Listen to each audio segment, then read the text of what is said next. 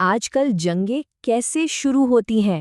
ہتھیاروں سے نہیں، بلکہ ہمارے اسمارٹ فون پر ایک کلک سے، ان معلومات سے جو ہمارے ارد گرد گردش کر رہی ہیں۔ یہ سمجھنا بہت ضروری ہے کہ جسے ہم ثبوت مان بیٹھتے ہیں وہ اصل میں ایک ڈیجیٹل فریب بھی ہو سکتا ہے۔ تو آج ہم یہی دیکھیں گے کہ وائرل ہونے والے جھوٹ اور تلخ سچائی میں فرق کیسے کیا جائے، اور اس کے لیے ہم سر عابد علی شاہد کے پیش کردہ فریم ورک کا سہارا لیں گے۔ چلیں تو سب سے پہلے حصے کی طرف بڑھتے ہیں۔ یہاں ہم کچھ ایسی وائرل ویڈیوز کا جائزہ لیں گے جنہوں نے ایک بالکل جھوٹا بیانیہ بنا ڈالا۔ تو ہوا یہ کہ دنیا کو بتایا گیا کہ حماس نے ایک بہت ہی جدید قسم کا فضائی حملہ کیا ہے، اور اس کا ثبوت کیا تھا؟ ایک وائرل ویڈیو جسے لاکھوں بار شیئر کیا گیا۔ لیکن اصل حقیقت وہ کچھ اور ہی تھی۔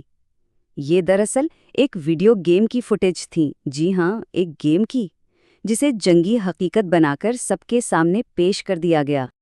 اچھا، پھر ایک اور ویڈیو سامنے آئی پیراگلائڈرز کی۔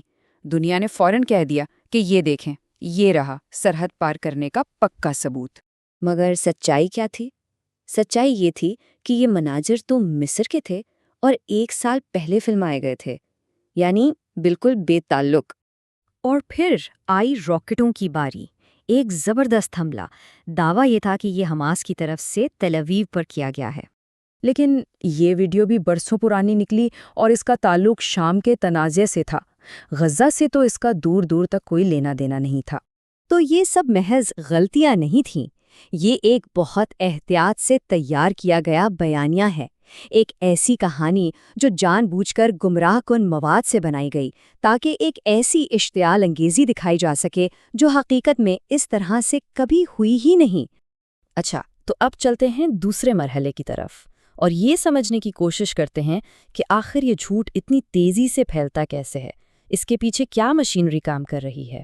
9 لاکھ سے بھی زیادہ، سوچیں ذرا، اتنی بار ان جعلی تصاویر اور ویڈیوز کو شیئر کیا گیا۔ ان کی پہنچ کا جو پیمانہ ہے نا، وہ واقعی خوفناک ہے۔ تو سوال یہی اٹھتا ہے کہ آخر یہ جھوٹ اتنی بجلی کی سی تیزی سے پھیل کیسے جاتا ہے؟ ڈیجیٹل دنیا کے جو محافظ ہیں وہ آخر ہے کہاں؟ دیکھیں، سر عابد علی شاہد کے مطابق اس کی ایک بہت بڑی وجہ ڈیجیٹل پلیٹ فارمز کی ناکامی ہے۔ پلیٹ فارم ایکس پر بلو چیک مارک کی مثال ہی لے لیں۔ ایک وقت تھا جب یہ اعتماد کی علامت سمجھا جاتا تھا، اور آج کوئی بھی اسے $8 میں خرید سکتا ہے۔ پلیٹ فارم ایکس میں کچھ ایسی تبدیلیاں ہوئی ہیں کہ وہ غلط معلومات پھیلانے کا گڑھ بن گیا ہے۔ وہاں کے الگورتھم اب سچائی کو نہیں دیکھتے، وہ دیکھتے ہیں کہ کس نے پیسے دیے ہیں۔ جب حقائق کی جانچ کرنے والا عملہ ہی موجود نہ ہو اور تصدیق بھی بکنے لگے تو نتیجہ کیا نکلے گا؟ ایک ایسا ڈیجیٹل میدان جنگ جو جھوٹ سے اٹا پڑا ہے۔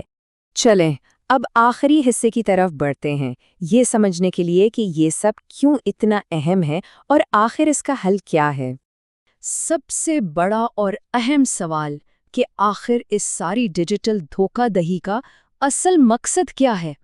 کیوں ہو رہا ہے یہ سب؟ اس کا مقصد صرف ایک ہے، بیانیے گھڑنا اور ہمارے جذبات کو بھڑکانا۔ یہ غلط تصاویر استعمال کی جاتی ہیں ایک خاص کہانی بنانے کے لیے، تاکہ لوگوں میں غصہ، نفرت یا خوف پیدا کیا جا سکے۔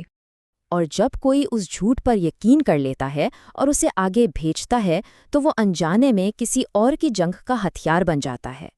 تو اس ڈیجیٹل دور میں ہم کر کیا سکتے ہیں؟ اصول بہت سیدھا سادہ ہے۔ سر عابد علی شاہد کے مطابق بس 2 قدم یاد رکھنے ہیں۔ پہلا، یقین کرنے سے پہلے تصدیق کریں، اور دوسرا، شیئر کرنے سے پہلے تصدیق کریں۔ ایک بات ہمیشہ یاد رکھنے کی ہے، جیسے جیسے ٹیکنالوجی آگے بڑھ رہی ہے، سچائی کی جنگ کا طریقہ بھی بدل رہا ہے، اور اس جنگ میں ہمارے فارورڈ بٹن دبانے کے بھی نتائج ہوتے ہیں، اور وہ نتائج اکثر بہت سنگین ہوتے ہیں۔